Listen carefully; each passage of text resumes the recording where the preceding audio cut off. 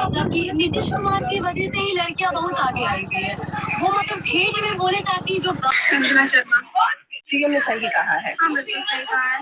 उनका अगर हम लोग स्टार्टिंग से पूरा स्पीच सुनते हैं जो 45 मिनट के अप्रॉक्स में है, तो उन्होंने उसमें बताया जो बेसिक उनका पॉइंट ऑफ व्यू था वो था वुमेन एजुकेशन, लिटरेसी या फिर फर्टिलिटी रेट जो है तो पहले 4 पॉइंट कुछ था, 2 पॉइंट कुछ में है। तो बेसिकली उनका जो फोकस था वो वुमेन एजुकेशन को लेके था कि हमने जो भी किया उन लोगों के लिए 10th में जो स्टूडेंट्स के रेशियो बढ़े, 12th में बढ़े और ग्रेजुएशन लेवल पे बढ़े। उनका कहना था अगर हम लोग लड़कियों को सिखाएंगे, समझाएंगे, पढ़ाएंगे तो वो फैमिली प्लानिंग अच्छे से कर सकती है।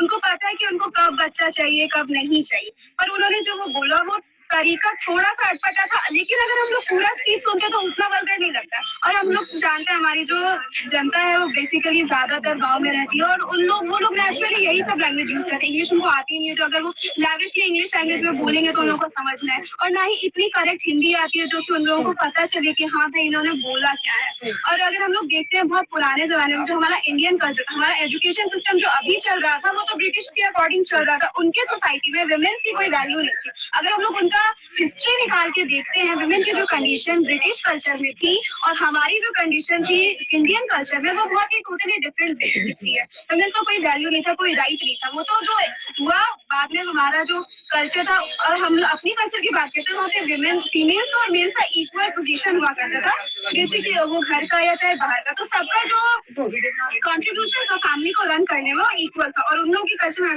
और जो भी हमारा कॉलोनाइजेशन हुआ, जो सब हुआ, उसके चक्कर में हम लोग का जो अपना ट्रेडिशन था वो बहुत ज्यादा एक्सप्लॉइट हुआ। और हम लोग अगर अपना पुराना इतिहास उठा के देखते हैं तो वहाँ पे सेक्स एजुकेशन दी जाती थी, गुरुकुल वगैरह हुआ करते थे। अभी आपने मूवी देखी हो वो OMG, वो एग्जाम्पल है।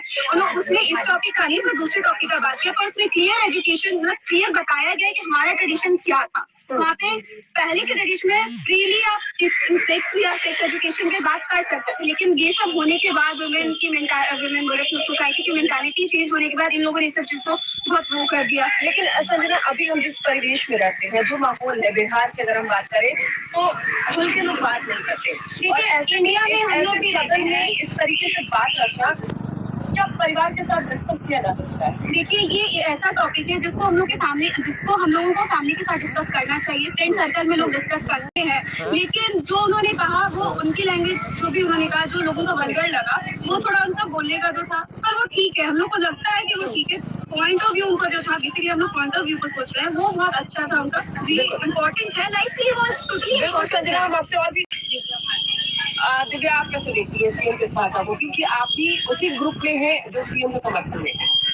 मतलब सुनने में थोड़ा वल्गर लगा, लेकिन उनका जो इंटेंशन था लोग को समझाना कि आजकल बहुत ज्यादा पॉपुलेशन हो रहा है, मतलब कि नीतीश कुमार की वजह से ही लड़कियां बहुत आगे आई हुई है। वो मतलब ठेठ में बोले ताकि जो गांव है, शहर तक उनको अपना बात नहीं रखना था, गांव तक ही मतलब उनको अपना बात पहुंचाना था। फिर उसके बाद क्या लगता है कि ग्रामीण क्षेत्रों में जो जनसंख्या की जो बात को कह रहे थे कि बढ़ रही है आबादी, ग्रामीण क्षेत्रों में एजुकेशन की ज्यादा जरूरत है और ग्रामीण क्षेत्रों में ऐसी भाषा बोली जाती है।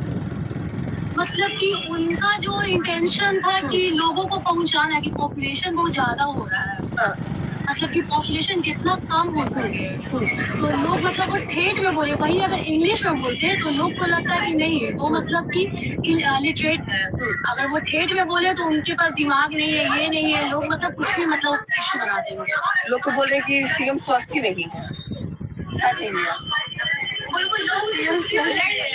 लोग तो कुछ भी बोल रहे कुछ भी बोल सकते हैं, सही है कुछ भी नहीं ना बोल सकते, पूरा सीख सुनना चाहिए कि NCERT में भी तो लिखा हुआ है। मतलब 30 सेकंड पर एक ऐसा बना लिया गया है। 30 सेकंड का ही वीडियो जिसको इतना हाईलाइट किया जा रहा है। आप पूरा सुनते हैं ना तब आपको पता चलेगा उन्होंने किस चीज को लेकर वो चीज कही है। फिर दूसरे दिन माफी क्यों मांगी?